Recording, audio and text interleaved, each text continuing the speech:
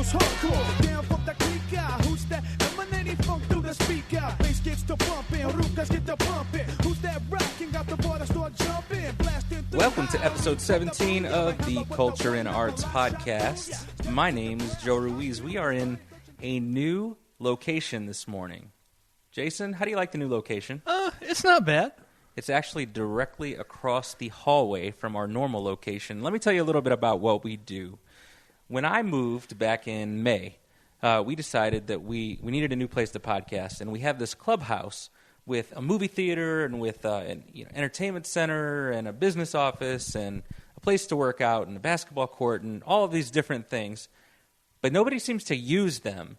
And so we thought, well, we'll just podcast down in the little movie theater area. The chairs are comfortable, and it doesn't seem like anyone ever goes in there, especially in the morning, to watch movies.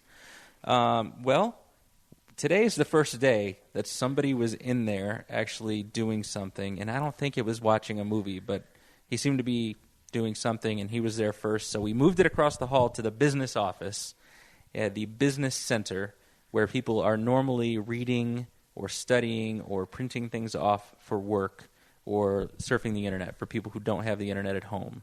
Yeah, our normal location, I do like that better because it gives me hopes that we might have like a studio audience someday. Yeah? You know, this is more like business casual. I'm worried I'm underdressed. And Well, what bothers me about it the most is that there's these two glass doors, and people keep walking around. So there was this woman who works here giving a tour to some prospective tenants, it seems, and they were looking at me as I was getting set up. And I could only imagine if people were walking by as we were doing the podcast, then we would have a live studio audience. Well, that's true. They just wouldn't be there voluntarily. Right.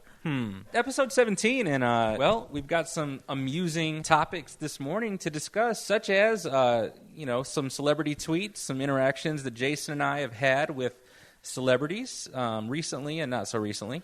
Yeah, without giving too much away, I think I've probably got more celebrity interactions on Twitter, but I don't think any of them amount to what you've got. I think you've definitely got the bigger stars. Really? Yeah.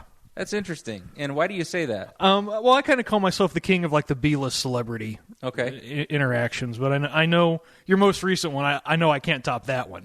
Which one was that? Remind me. The James Franco. Oh, the Franco. And, and I'll get into this a little bit later, but I tried to eventually pitch him a movie idea. Oh, really? And he didn't respond to that. But maybe someday. Yeah. I don't think any of the people on my list are on James Franco's level.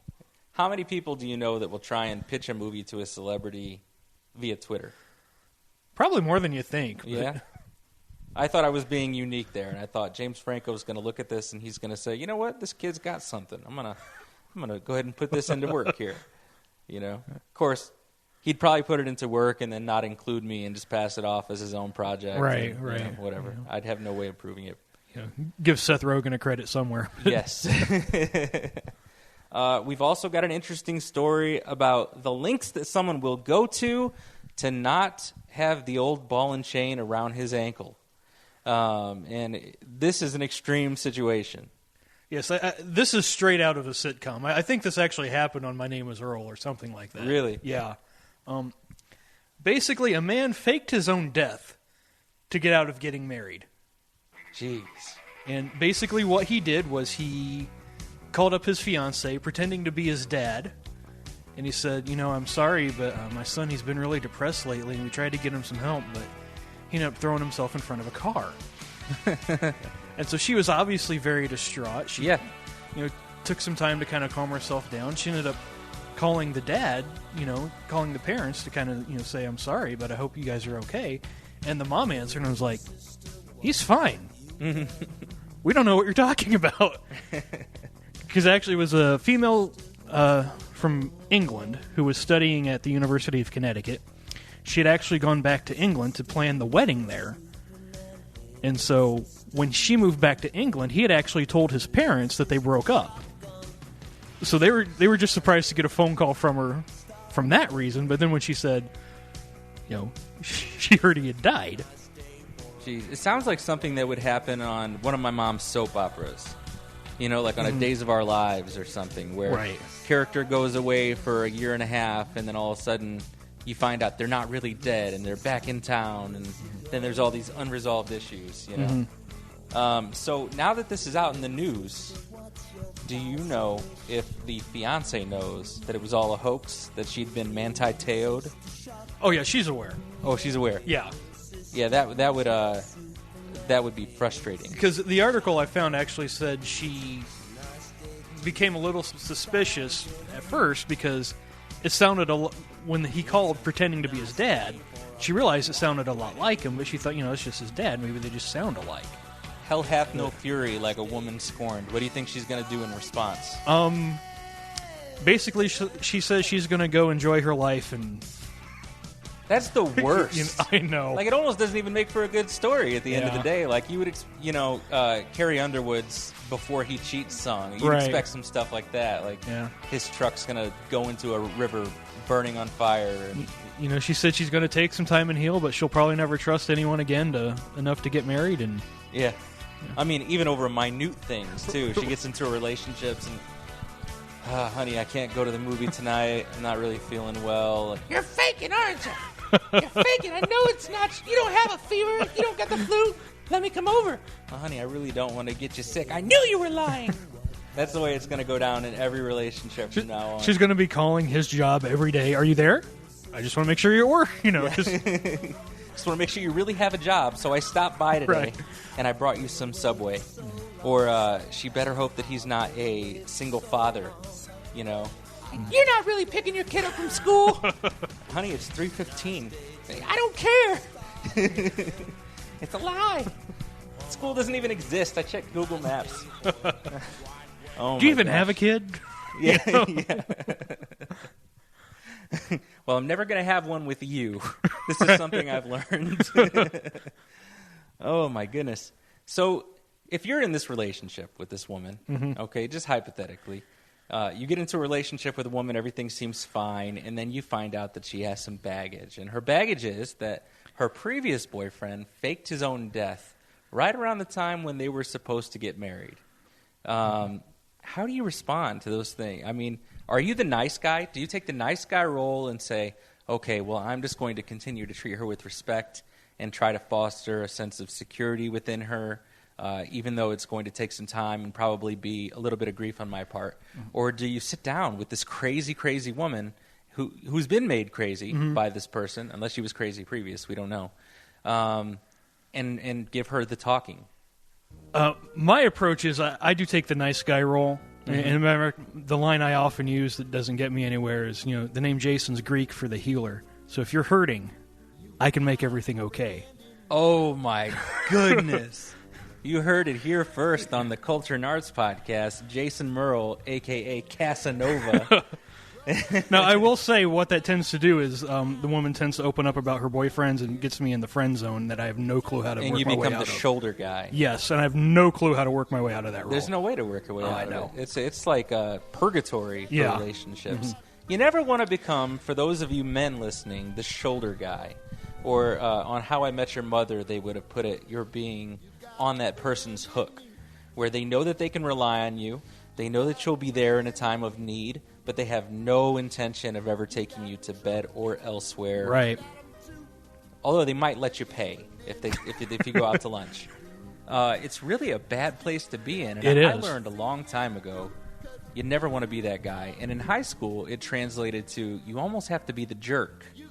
And so I had forced myself to never be too nice because I didn't want to end up there. So there'd always be, as long as you were getting somewhere, there'd be a little bit of pullback.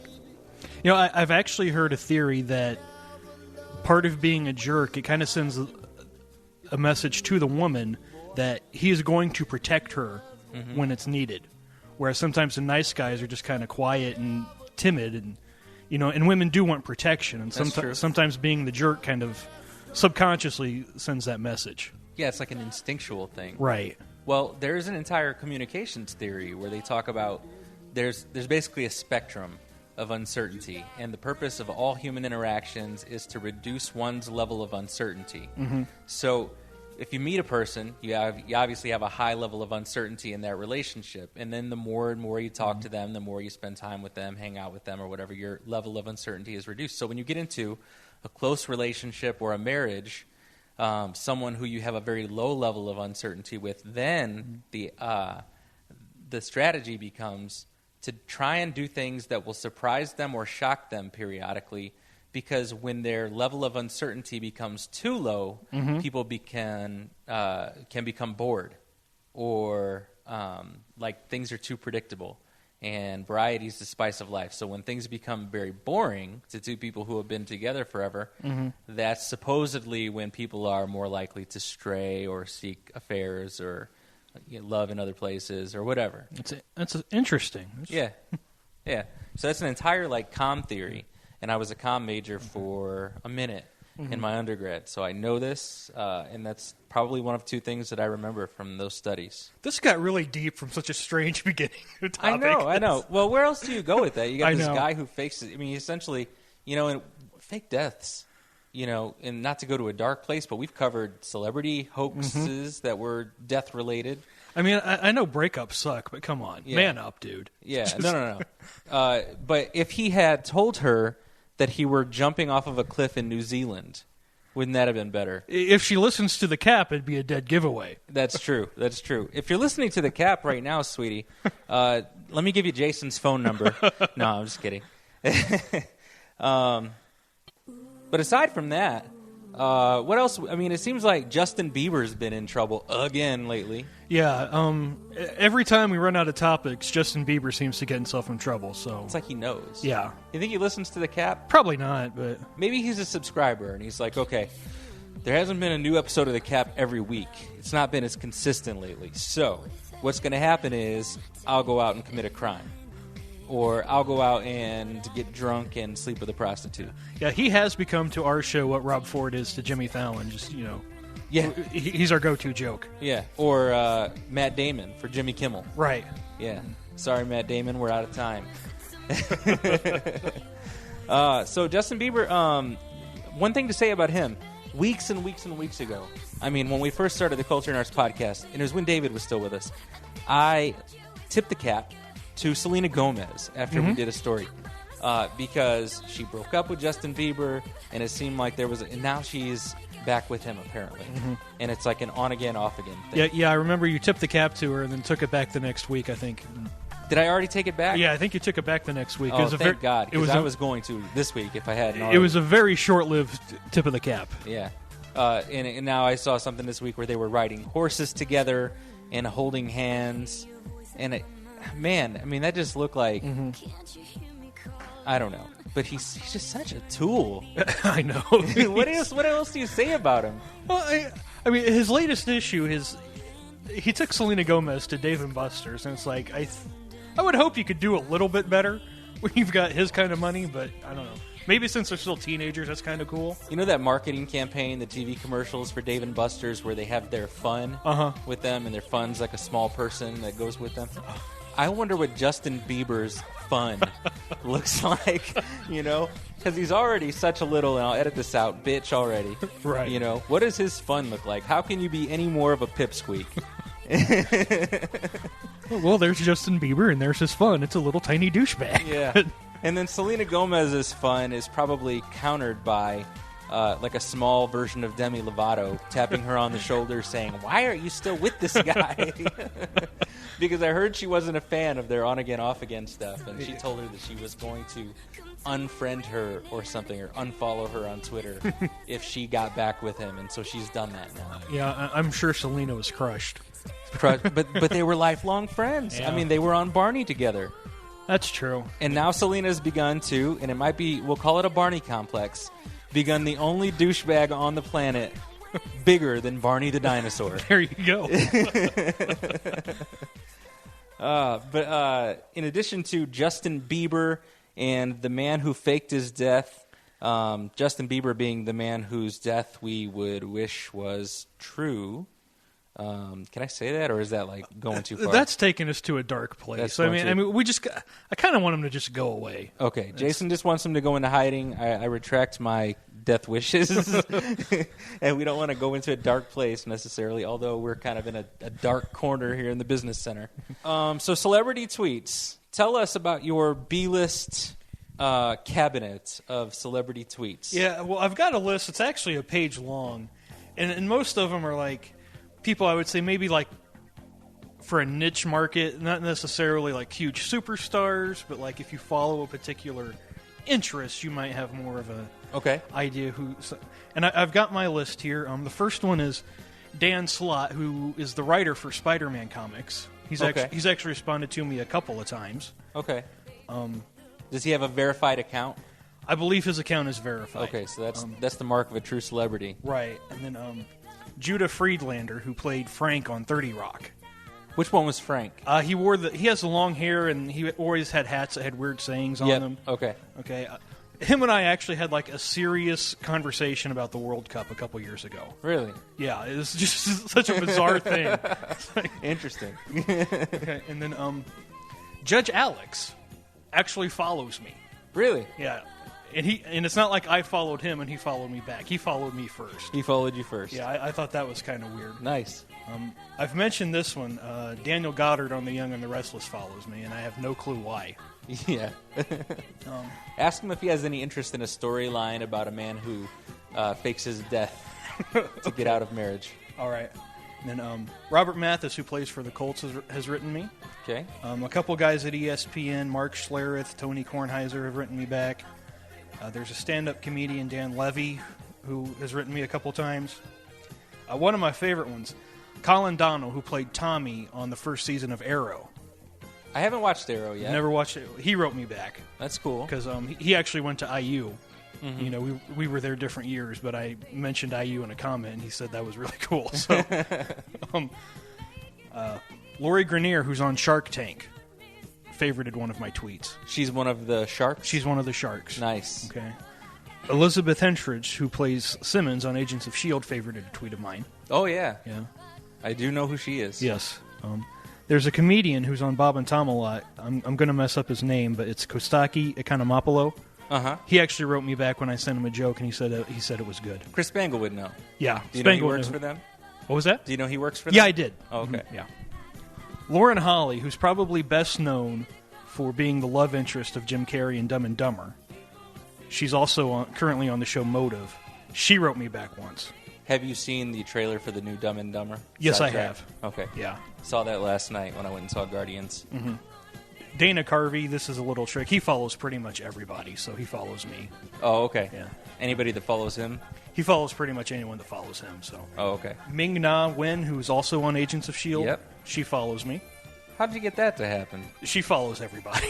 So does she? Yeah. So if I follow her, she'll follow me back? At least she used to. She doesn't do much on Twitter anymore, at least from what I've seen. Okay. Ari Lyondike, who's won the Indy 500 a couple times, Mm-hmm. he wrote me back because he had mentioned he was going to see Skyfall. Oh, and yeah. so I wrote him back and said I thought it was really good. So after he saw it, he wrote me back and said, yeah, it was good. Oh, that's cool. Yeah, he had to finish up the conversation. I don't know if you remember, 'cause I know you're not a big sports guy, but the Colts cheerleader who shaved her head a couple years ago for cancer. No. Okay, she wrote me once. But. Nice. And then this will be your favorite one, so I saved this one for the end. Good old JR, Jim Ross. Nice. Yeah. He wrote you? Yeah, he wrote me back. I have tweeted him several times, and he's never responded to me. It was kind of a cheap thing, though, because he was talking about Oklahoma football. And so the coach at IU, where I went to school, used to be an assistant at Oklahoma. So I asked him how he thought he was going to do. Well, this is how lame we are. And I don't know if you do it the way that I do it, but Twitter has become a tool for me to just see who will respond. Mm-hmm. And all I do on there, for the most part, is comment on tweets from people who are well-known and see if they'll say something back to me. Mm-hmm.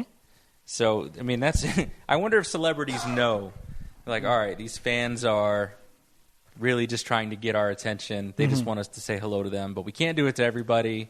We don't have enough time in the day, yada, yada, yada. But but I've had some interesting interactions. And it sounds like you've had a lot more than I have. And I don't have a written list with me, but the ones that I do remember, obviously James Franco. We mentioned that at the beginning of the show. I don't remember how the interaction started, per se. Oh, I was ready to go to bed one night, and because I'm a random person, I said something like, okay, I've decided to go to bed. If you have any questions for me, my secretary at James Franco will be happy to take messages. And I think he just like smiled or winked or retweeted it or something, and then I said, Well, if retweeting is a sign of confirmation, then James Franco has just agreed to be my secretary. And he retweeted that also. So it wasn't like he was saying something to me, but he wasn't disagreeing with what I was saying. Right. So this guy was either in agreement and thought that I had a sense of humor, which was cool, or he decided that, he was drunk or high or something, and he was going to just retweet anything that came his way. Either way, I felt privileged. Yeah, so definitely. That's cool. I had an incident last night with one of my all-time favorite rappers. His name's Talib Kweli. Talib is an activist whom I often disagree with politically, and he's lately been just on fire about the Mike Brown, Ferguson, St. Louis stuff. And he was on there talking about, just all sorts of things, and he was trolling a guy who had made a negative comment to him. Now, I've tried to say hello to Talib Kweli like 30 times since I followed him on Twitter. Never get a response, and last night he keeps saying negative things to this guy who's hating, and I said, why are you wasting so much time responding to this hater when there's all these fans on Twitter who would probably benefit more from you saying what's up to them? And he responds to me, I interact with fans all the time. See, I just said hi to you, LOL. And I was like, oh, okay, after like 30 times, and I had to call you out. So that was kind of funny. Conan, who's one of my favorite professional wrestlers ever, he responds to me often, and he'll talk about things. The other night there was a Twitter fight, and it happened while I was on the treadmill. I posted earlier in the day my 5 favorite wrestlers of all time for no criteria other than my own enjoyment are Chris Jericho, Scott Hall, Conan, Dean Malenko, and all of a sudden I'm forgetting the 5th person. But regardless, I said this, and Conan responds, thank you, and I would agree with all the guys on that list. That's cool. So I thought that was cool. Yeah. But then some other kid comes in. While I'm on the treadmill, I notice my phone blinking, and I pick it up. And he says, oh my gosh, you would put that prick Conan on your list? He's such an idiot, and he's arrogant, and he sucked when he wrestled in the U.S. So Conan then responds to me and this kid. He says, don't listen, Joe. This is just another punk mark troll looking for wrestler cock. I was like, oh my gosh, what did I just start? Right. And so all I said was, don't worry, it doesn't sway my decision making at all. This is what's wrong with some fans. No appreciation, no respect for what you guys do, And so there was really no response after that. But then when I went to this kid's profile, I noticed he has 0 followers, and he only follows 2 people. He follows Conan, and he follows Conan's business partner at Court Bauer, who does MLW radio with Conan. Right. And I thought to myself, what if this is the guys on the MLW radio podcast, and they were poking at me to see because sometimes on their podcast, they'll randomly, if a person has their phone number on Facebook or Twitter, they'll pick that phone number and call them and try and prank call them or troll them or something in the middle of their podcast. And I was like, what if they're doing that and they're going to talk about this on the next podcast? And this guy saying this was actually Conan and he wanted to see what my response would be or something like that. But you make a good point, though, with when you're talking about the rapper who's constantly responding to the negative tweets. Yeah. The Spider-Man writer that I mentioned, Dan Slott, he's kind of a polarizing guy because he's best known for the storyline where Peter Parker and Dr. Ock switch minds, and a lot of people were not happy about that, and so he's gotten a lot of flack on Twitter. And one day he just kind of posts look, even if you don't like me, I'm probably friends with the writers and comics that you do like. And if they see me having an awful experience because of you guys, they're not going to get on Twitter. He goes, and if you're given the gift of having an interaction with somebody, why would you get so negative? Yeah. And I just thought it was a brilliant thing he said. Yeah. Yeah, that's totally true. But it does seem like you almost have to give them a little bit of shock value in order for them to respond to what you're saying. Sometimes, yeah. It's at least in my experience, it's a rare occasion that they respond to, like Kelly Clarkson got married, and hey, congratulations on your wedding. No response. I don't know that it necessarily warrants a response. Right, because she's probably getting millions of those. Yeah. So it just, but Sia, the singer who is a little odd, and she's got this whole chandelier thing that's really popular right now, and she's become a big star. She's got a song on the new Eminem album, from what I understand, with him. So she is an odd duck, and I'm just saying that because it's true. She tweets one night, "What is it with guys always wanting to put it in the butt?" Seriously, this was one of her tweets. This big pop star and songwriter. And so all I responded with was, well, I think the bigger question is, do all women really hate it? And she responds to me with a winky face saying, well, Joe, I think that's probably a good question. Or something like that. And I'm telling you, like, out of nowhere, that was probably the tweet that the most people were retweeting and favoriting my tweet who I didn't know. Right. And these people were just, you know, and I was like, man. And then that and The Blacklist, NBC's The Blacklist. Yes. Do you watch that show? I started watching it, but I kind of fell off. Okay. So the main agent, Megan Boone, I think is her real name. Yeah. And then the guy that plays her husband / enemy on the show, he tweeted one night something like, you know, there was a box that Raymond Reddington had left, or one of the villains left, sitting in her apartment.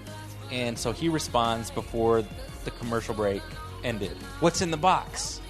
And so I sent him a screenshot of Andy Samberg and Justin Timberlake as the Dick in a Box guys from Saturday Night Live, with the boxes, like the Christmas with the bows wrapped around it and everything. Yes. And he and several people thought that was a very funny response to that. So those are like my main things. Although I did have one with another wrestler named Lance Storm recently. Yeah. You know, we were talking about WrestleMania 30. He was just going to go back and watch it finally, like 6 months later. And he said he was going to watch it. And, you know, the Undertaker's streak was broken. His undefeated WrestleMania streak was broken by Brock Lesnar at WrestleMania. And so I just said to him, you'll never believe who wins. Because he hadn't seen it yet. But he already knew, obviously. Right. So he was like, no spoilers or something like that. And I just thought that was cool, you know. You watch these guys perform growing up, and here they are interacting with you. In Sia's case, you're throwing around some innuendo, probably not entirely appropriate, but you think it's kind of funny because she is who she is. Hey, she started down that road. She did. I mean, she brought up the topic. I was just asking a fair response. And then who else? Talib Kweli, you know, whatever. I just, man, we've talked before about how you don't want to know actors' politics because sometimes it ruins it for you. Right. Talib's the same way. I love his music. I think it's really cool hip-hop, which there's not a lot of today.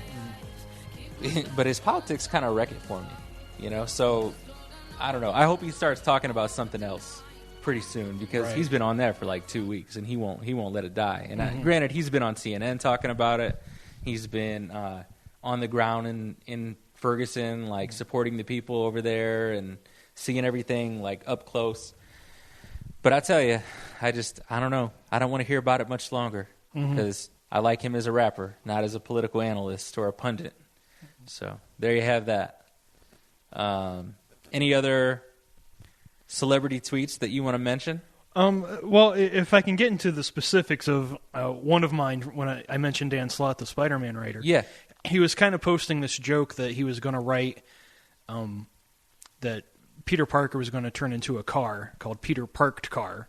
It was a stupid joke he was making. So he was going to have his, you know, the Spider-Mobile and his alternate ego of Peter Parked Car. So I said, well, would he have to switch engines with Otto Octavius? And I spelled Otto, A-U-T-O. And he wrote me back, you win. So I thought that was good. Yeah. That's a good response. Well, we are just about coming out to the close of our half hour.